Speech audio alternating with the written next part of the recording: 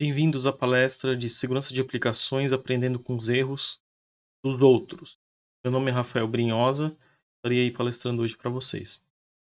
Obrigado pela presença de todos. Agradeço também a organização do evento, o Felipe Pires, o Osmar Santos e a todo o pessoal aí do Red Team Village pelo convite e pela terem aceito essa palestra. Falando aqui um pouco sobre mim, então, sou doutorando em Ciência da Computação pela UFSC, né? Tenho uma certa experiência aí com segurança da informação, sempre fui apaixonado pela área, né? Sempre estive atuando aí na área há muito tempo já, né? Atuando na área. Tenho algumas certificações na área. Comecei muito cedo, lá pela época do Mirk, né? Lá em 96 ali. Comecei a programar scripts de Mirk e a ideia e a brincadeira lá era derrubar os amigos, fazer nuke, aí que é os mais antigos vão entender, fazer flood, né?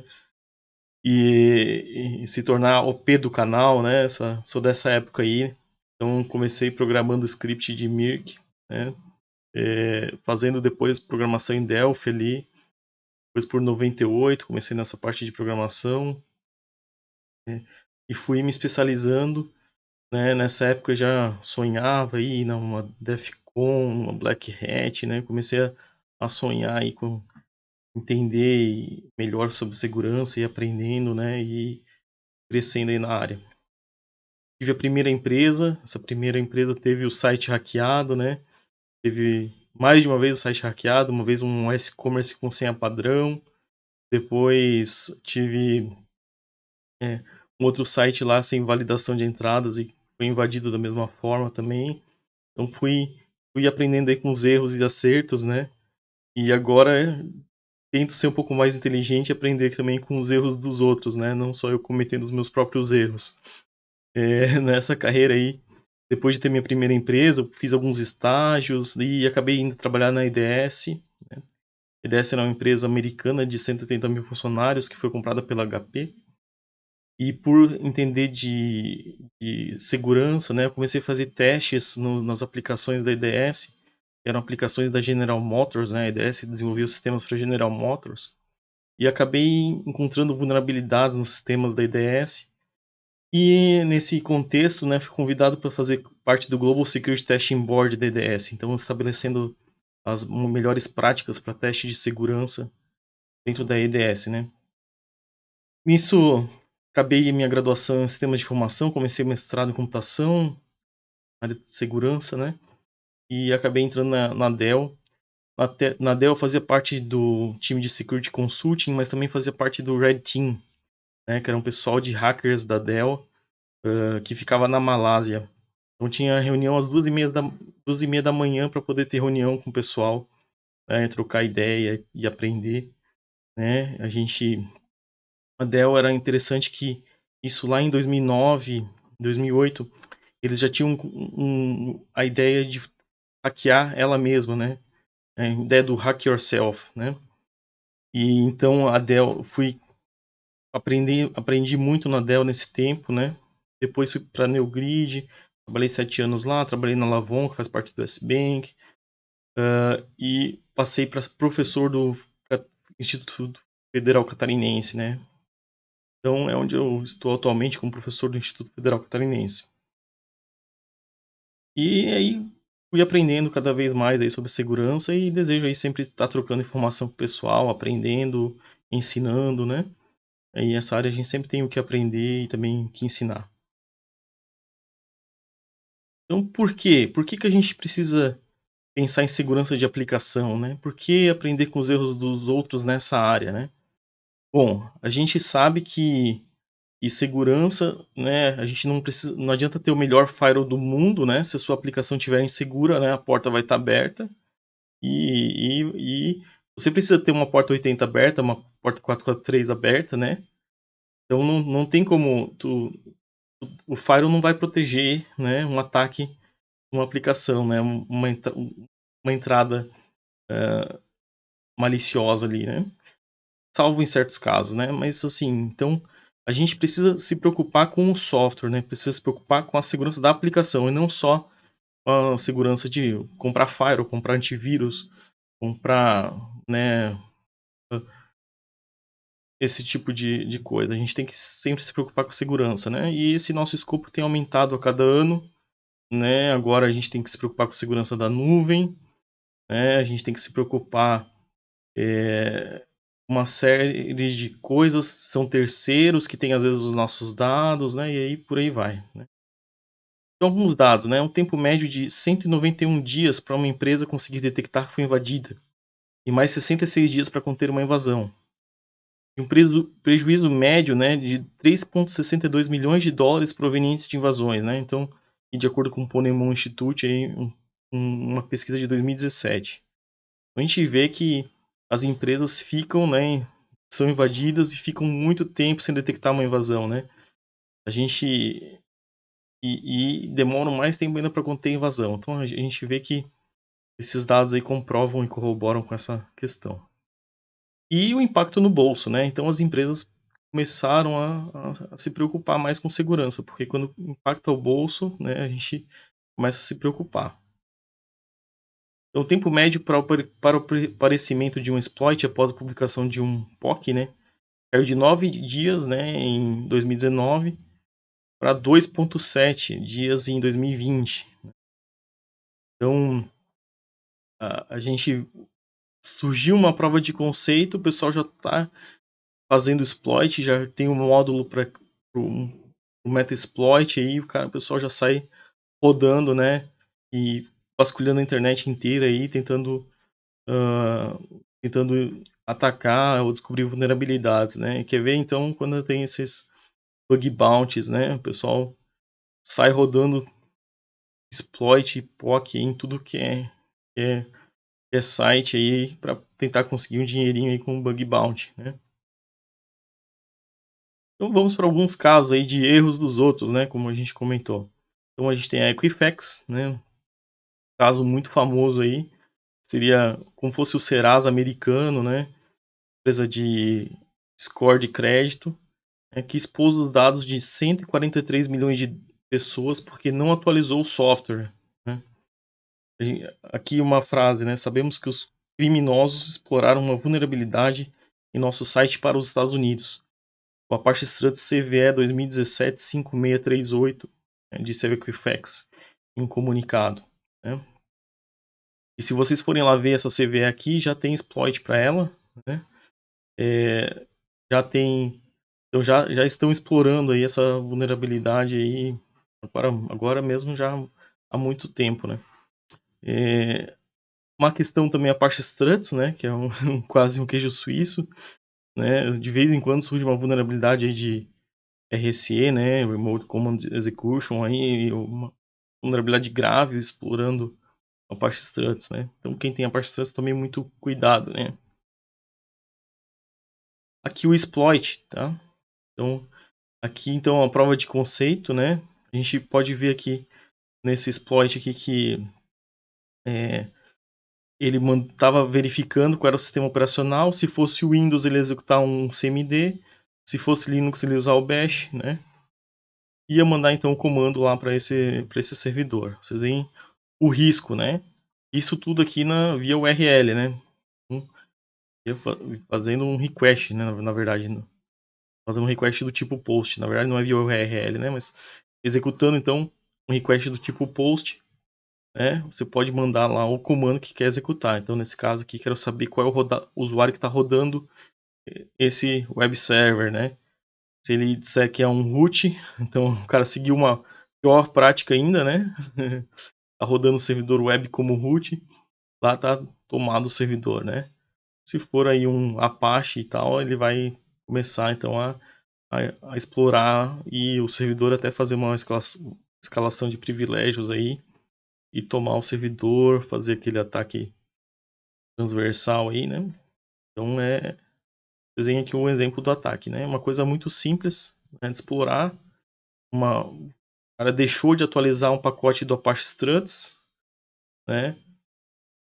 De repente surgiu uma prova de conceito explorando essa vulnerabilidade e de repente no mundo todo, né, as empresas estão sendo atacadas, né, através dessa vulnerabilidade. Então vocês veem o risco, né? Pode ser que ontem, né, o cara colocou um exemplo, né? O cara coloca ontem o servidor para rodar, hoje de manhã alguém descobriu uma vulnerabilidade e essa noite já estão atacando, né?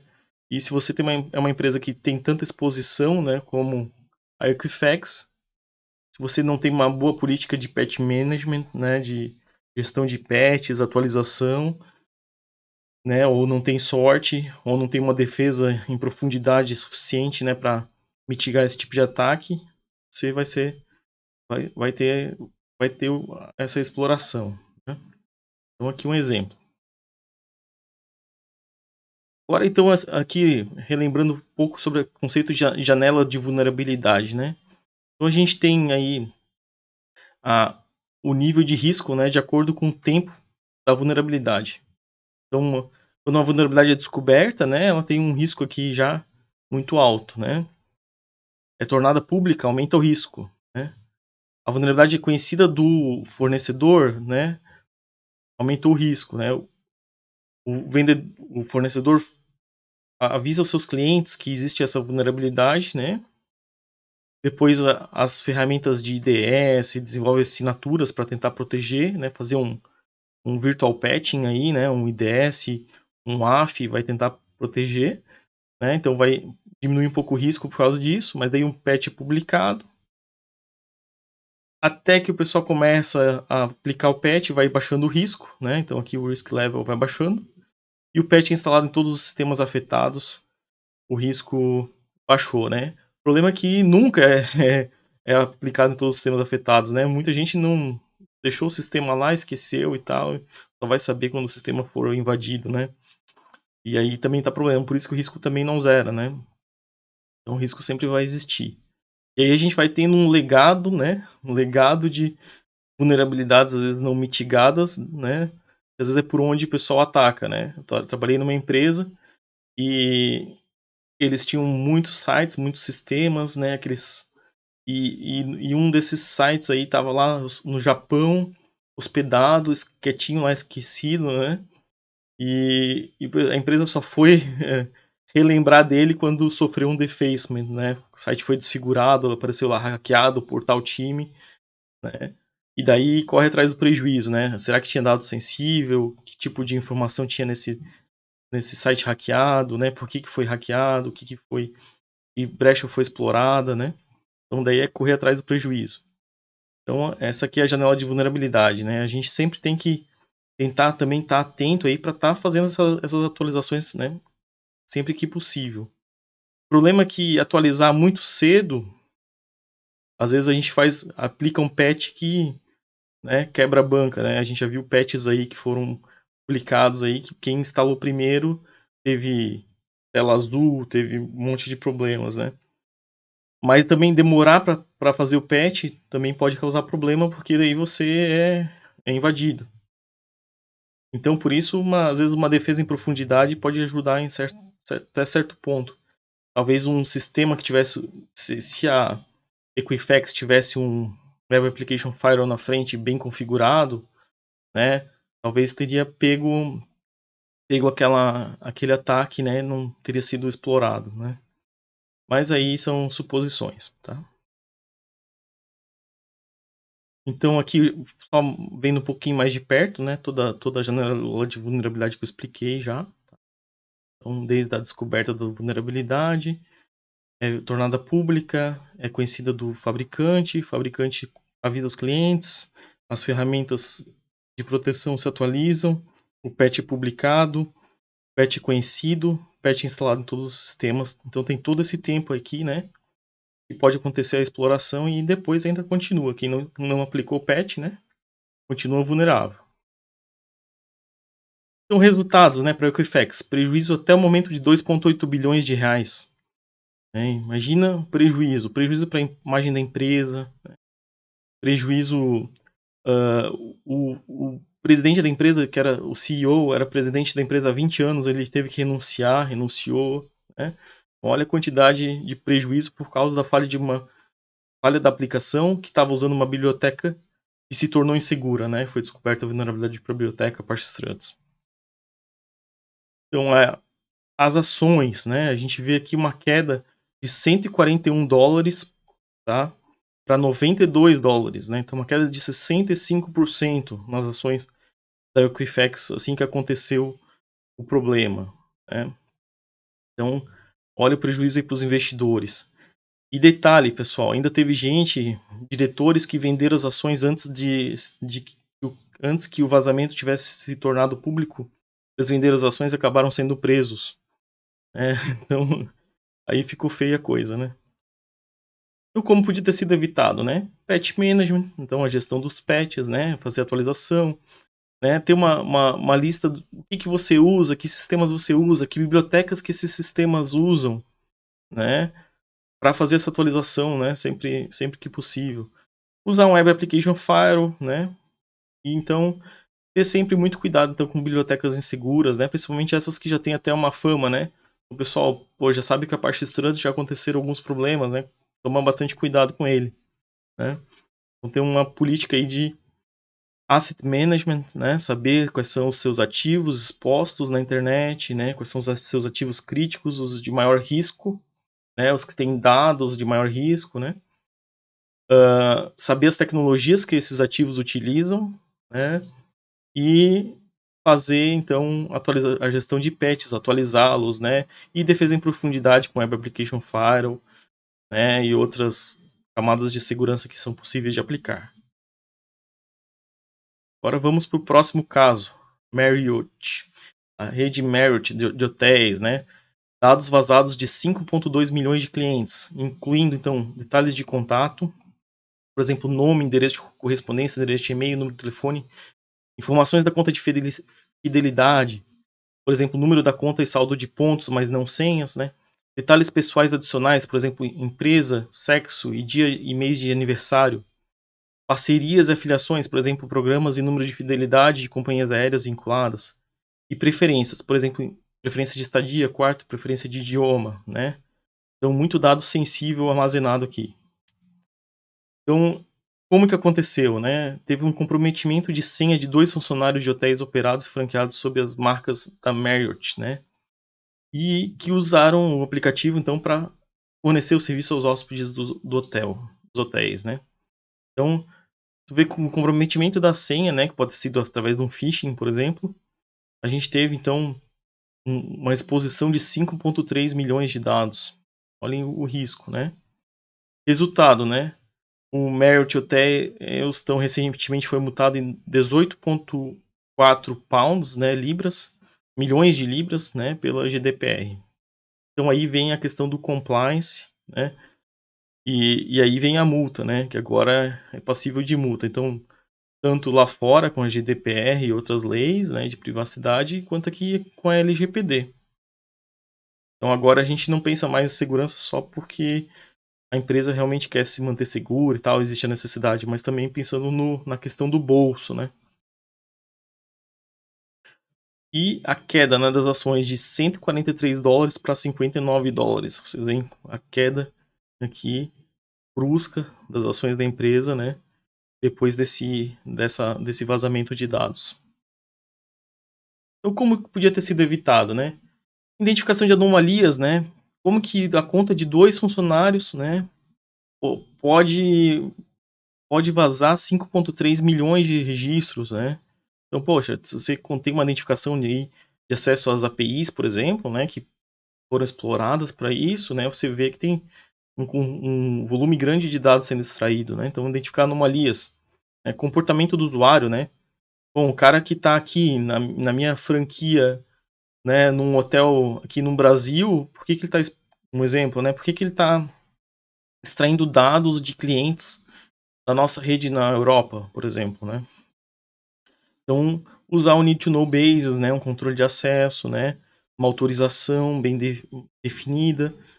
A questão da autenticação, né, se talvez tivesse uma autenticação de 2 fatores, né, não teria sido só roubada a senha, não teria conseguido fazer tudo isso, né.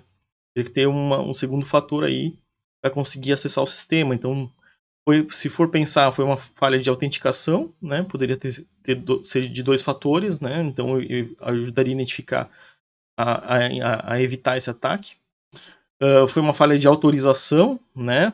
Porque esse usuário tinha autorização para acessar milhões de clientes do mundo todo da rede, né? Foi uma falha de detecção, né? No sentido que poderia identificar o comportamento anômalo do usuário, né? Extraindo toda essa quantidade de dados, né? Então, às vezes através de uma maior segurança até das APIs ou, né, do sistema como um todo. Então, usar um need to know basis, né? O que cada funcionário realmente precisa acessar, né? Ele precisa ter acesso a esse cadastro inteiro, né? São coisas que às vezes até que são questões de negócio, de lógica de negócio, que às vezes não são pensadas com relação à segurança. Agora vamos para um terceiro caso, Capital One. Um caso bem escandaloso e bem diferente também. Então a Capital One, né, teve expostos dados de 100 milhões de pessoas porque não configurou corretamente as permissões de acesso na nuvem, né? E aí entra uma questão aí que é a questão do uso da nuvem, né? Ou o mau uso da nuvem, né? A gente tem que lembrar que o provedor de nuvem é responsável pela segurança da nuvem, né? E o usuário é responsável pela segurança na nuvem. Então, a gente usa um IaaS, né, um Infrastructure as a Service, precisa pensar então, como manter essa segurança na nuvem, né? Como nossos dados ficam seguros na nuvem. E aí é um problema que aconteceu, tá?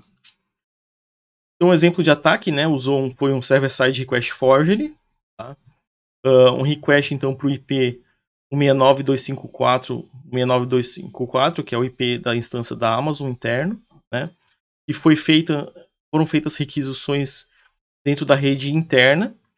Por quê? Porque através do server-side request forgery, você tem, por exemplo, um site que permite fazer screenshot de páginas de outros sites, né? Ele está com esse serviço público. Se eu não proteger que IPs esse site vai fazer esse screenshot, ele pode, por exemplo, acessar IPs internos da rede, né? E até mesmo o IP privado da instância Amazon, né? Então, que é o que aconteceu aqui. Então, eu tinha uma página que estava fazendo requisições internas, né? Então, não tinha essa proteção aqui e conseguia acessar, então, o IP da instância privada da Amazon, tá? Então, um exemplo do ataque aqui, né? Ele tinha um allow para qualquer recurso, né? Então, é aquela coisa assim, é mais fácil. E eles tinham essa permissão de list buckets e sincronização, né? Então, é mais fácil eu deixar aqui cada recurso ou deixar um asterisco que eu possa acessar qualquer recurso, né? É mais fácil deixar um asterisco aqui que o usuário consegue acessar qualquer recurso desse storage S3 aqui, né, da Amazon, né, dessa instância de armazenamento da Amazon. Ele pode acessar qualquer recurso, fica muito mais fácil, né? Essa política aqui de segurança.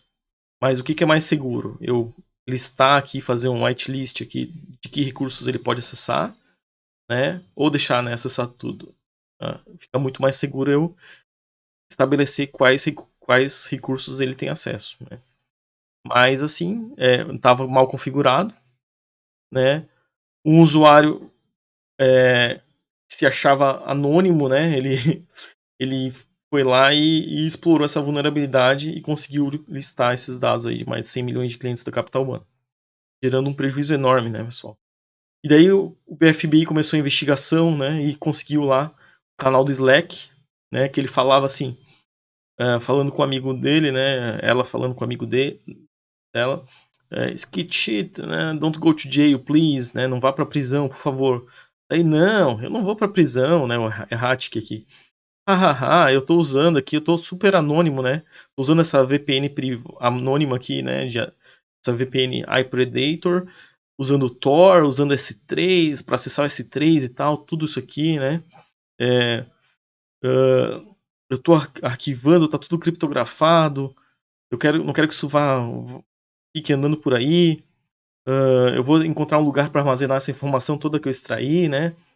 Aquele Infoblox CTO parece interessante, eles têm mais do que 500 instâncias containers Docker, tal, conversando com o amigo dele aqui, não vou para prisão porque eu estou muito anônimo aqui, eu usei Predator, usei Tor e tal, né? Mas deu uma bobeada, né? Não existe crime perfeito, né? Aquela história.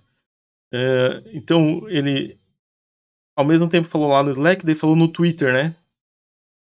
Achando lá o erratic no Slack, né?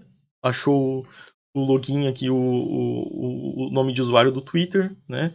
E então o FBI foi atrás e eu praticamente me vesti um colete de bombas, né?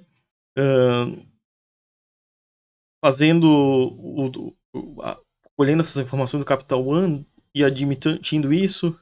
Eu quero distribuir esses buckets, né? Esses dados primeiro e tal.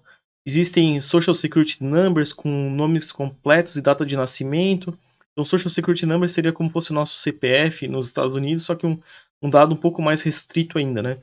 Mais confidencial ainda. Antigamente, você conseguia até abrir conta em banco tendo Social Security Number. Agora eles já pedem um pouco mais de informação, e já aconteceram muitos vazamentos e tal, então aumentou a política de segurança dos bancos, mas é um número ainda muito, muito sensível, um dado muito sensível.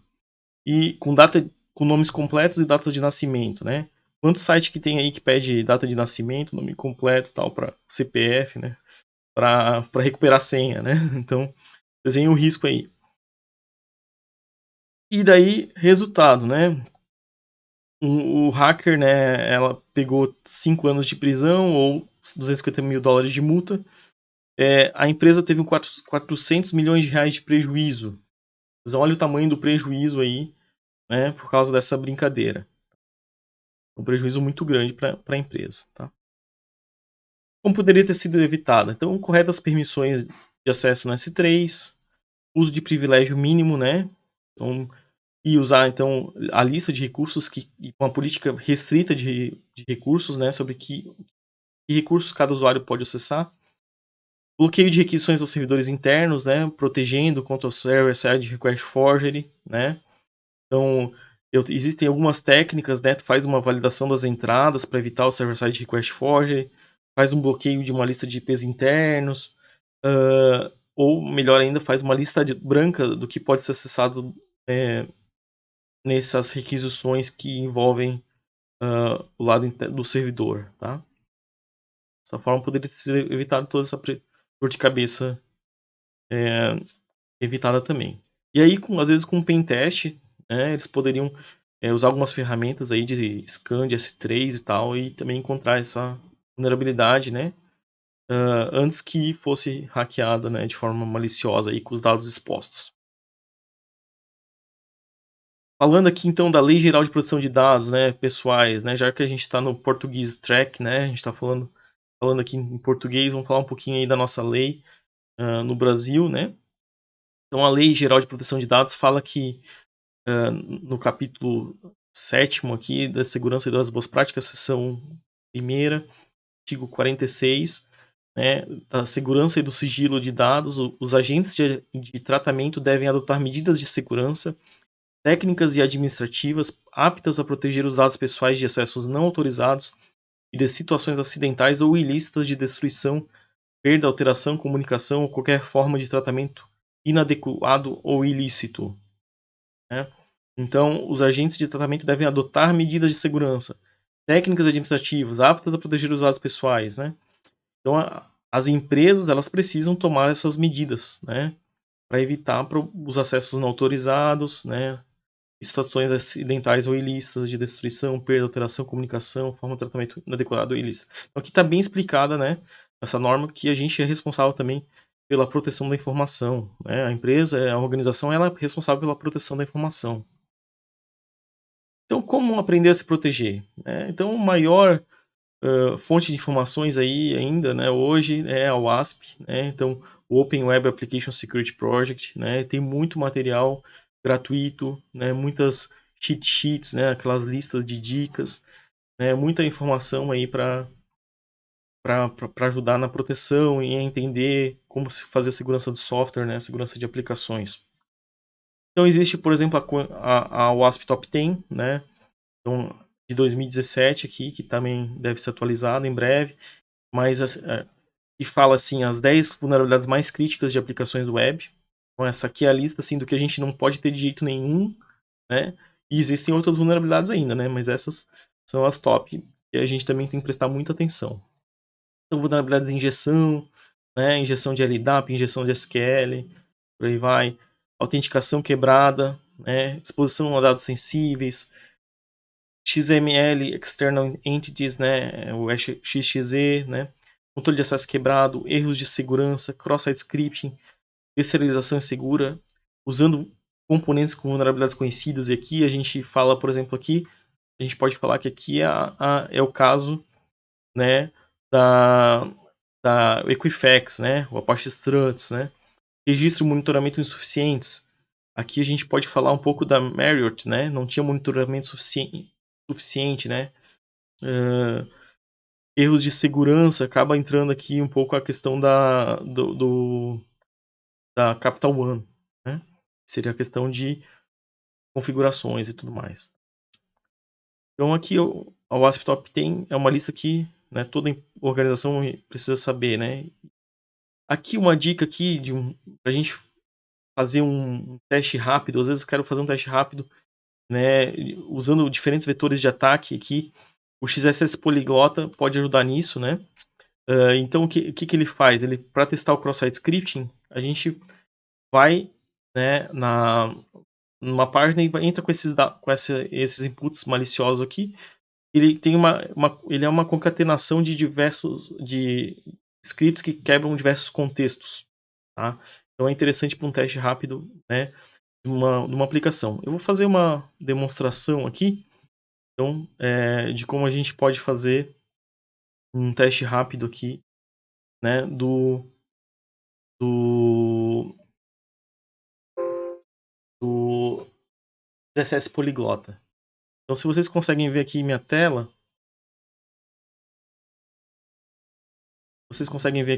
vou fazer aqui a demonstração, colocando aqui. Essa aqui é a página do XSS Poliglota, tá? Vou colocar também nas referências do slide.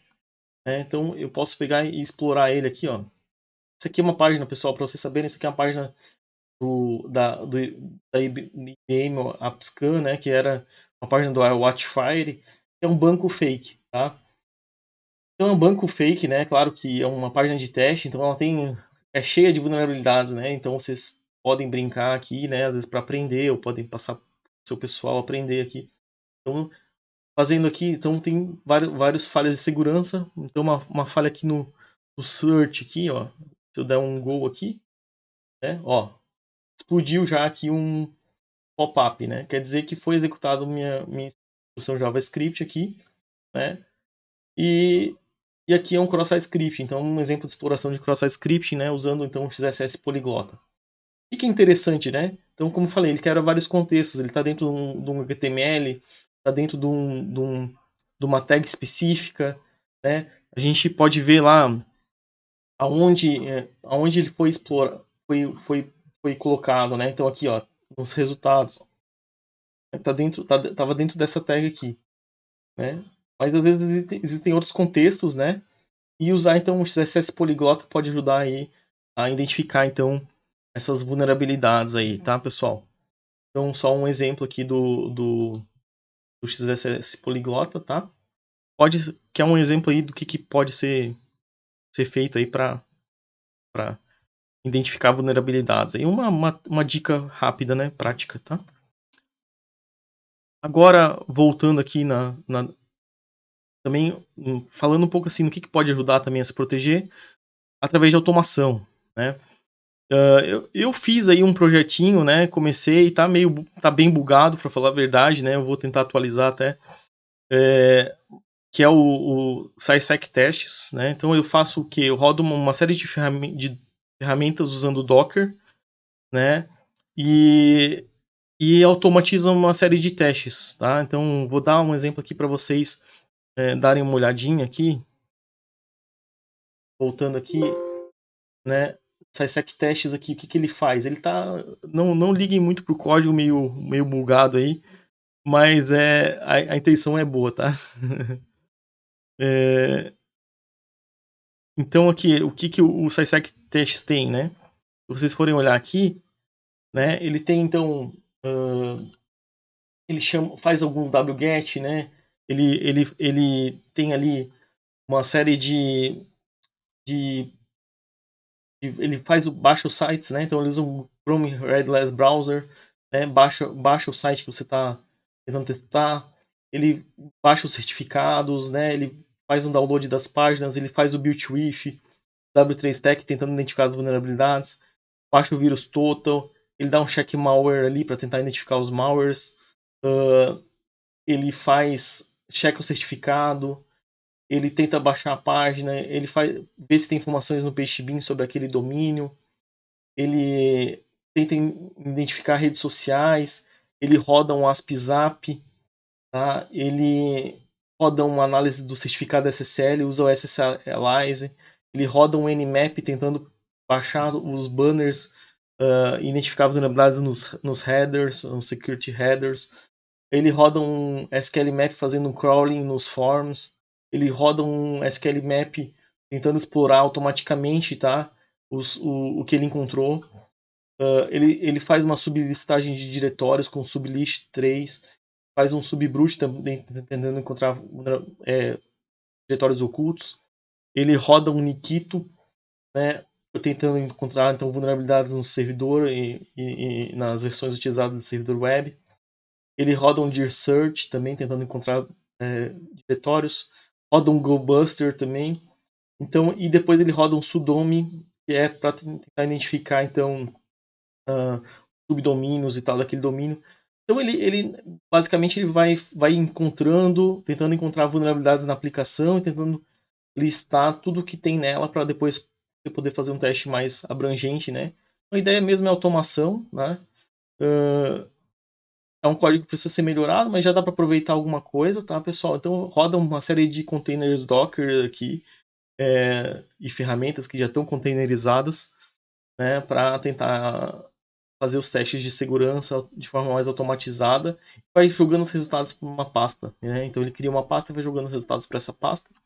Então aqui é um exercício aí que pode ajudar aí o Red Team aí a encontrar vulnerabilidades num site, numa aplicação, encontrar os subdomínios, encontrar as pastas ocultas, diretórios ocultos, né? Então ajuda aí nessa questão. Tá legal? Então, voltando aqui para a nossa apresentação, né? Automação então pode ajudar aí nessa questão, né? Depois, conhecendo as vulnerabilidades API de Security Top 10, então vulnerabilidades para as APIs, né? Então vale a pena também ver esse material da WASP, né? Autenticação quebrada, autorização de nível de objeto quebrada, exposição excessiva de dados, né? Pois isso acontece muito, né? Falta de recurso limite de taxa de acesso aqui, caso da Marriott Hotels lá, hotéis Marriott, né? Poderia ter tido uma taxa de limite de acesso, né? Que poderia evitar acessar tantos registros, né? Autorização de nível de função quebrada, né? Atribuição em massa, configurações inseguras, injeção, gestão imprópria dos ativos, registro e monitoramento insuficientes. Então tem uma série de vulnerabilidades aí de API Security Top 10. Depois o ASP Docker Top 10, né, que também fala Docker aqui, mas serve também para outros tipos de containers, tá? Não é só para o Docker, né? E então esse cara aqui fala de mapeamento de usuário seguro, estratégias de gerenciamento de patch, separação de rede firewall, padrões seguros e endurecimento, né, hardening, né, manter contextos de segurança, proteger segredos, proteger recursos, integridade e origem da imagem de container, seguir o paradigma imutável e registro.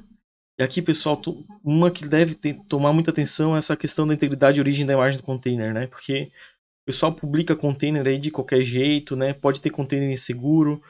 Existem vulnerabilidades de containers, até do Docker especificamente, que permite você fazer uma tomada do servidor mesmo, comprometer o servidor, né, através do container, tá? Você consegue chegar no servidor de origem e comprometer o servidor, né? Então são dicas aí de rodar um Docker Scan, um Snyk, né? Rodar uma série de ferramentas aí para isso, tá? Então, se protegendo contra as vulnerabilidades, né? Você pode ter uma WASP, seguir então também o WASP Secure Coding Practices Checklist, tá? Então, uma série de práticas de código seguro, tá? Isso é interessante para proteger as aplicações, né? Então, fazer validação de entrada, né? Evita aí cross-site scripting, uma série de vulnerabilidades, codificação de saída, gerenciamento de autenticação e senha, gerenciamento de sessões, controle de acesso, práticas criptográficas, tratamento e registro de erros, segurança da comunicação, configuração do sistema, segurança do banco de dados, gerenciamento de arquivos, gerenciamento de memória e prática geral de comunicação. Tá?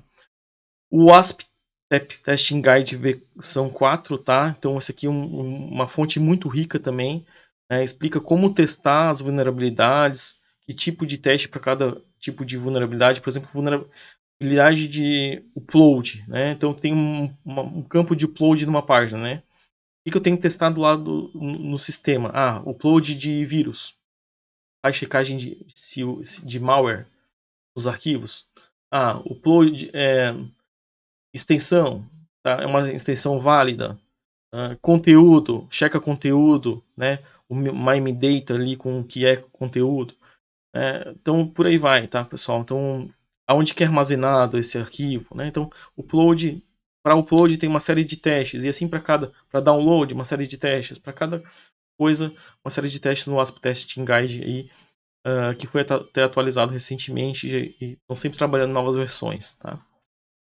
Estão treinando muito, né? A gente tem o CTF da HackerOne, né? Que é interessante para quem está começando, né? Então entrar lá e treinar. O legal do CTF da HackerOne é quando você faz o Capture the Flag deles, você pode atingir uma pontuação que gera convites para bug bounties privados, né? Então isso que é interessante, né? Passou de 26 pontos, você ganha convites para o bug bounty privado, né? Então você está começando aí nesse mundo aí de torneios de bugs e tal, pode ajudar nisso, né? E também ajuda a aprender, tá? E aqui uma brincadeira, né? Que um Web App Penetration Tester walks into a bar, né? O que ele pede? Eu peço uma cerveja, peço um código para testar injeção SQL, um cross-site scripting e por aí vai, né? É uma brincadeira aqui só para contrair, né? Mas é porque a gente fica treinado aí a invadir sistemas, né? Testar a segurança de sistemas, na verdade, né? Invadir os sistemas próprios, né? Pessoal, não me entender mal. E a gente, no final, a gente entra num site e já começa lá. Faz uma pesquisa normal, de repente já está quebrando ali para ver se acha uma vulnerabilidade, né? Então cria esse costume aí. Então é uma brincadeira só. Então, muito obrigado pela atenção. Espero que tenham gostado da palestra.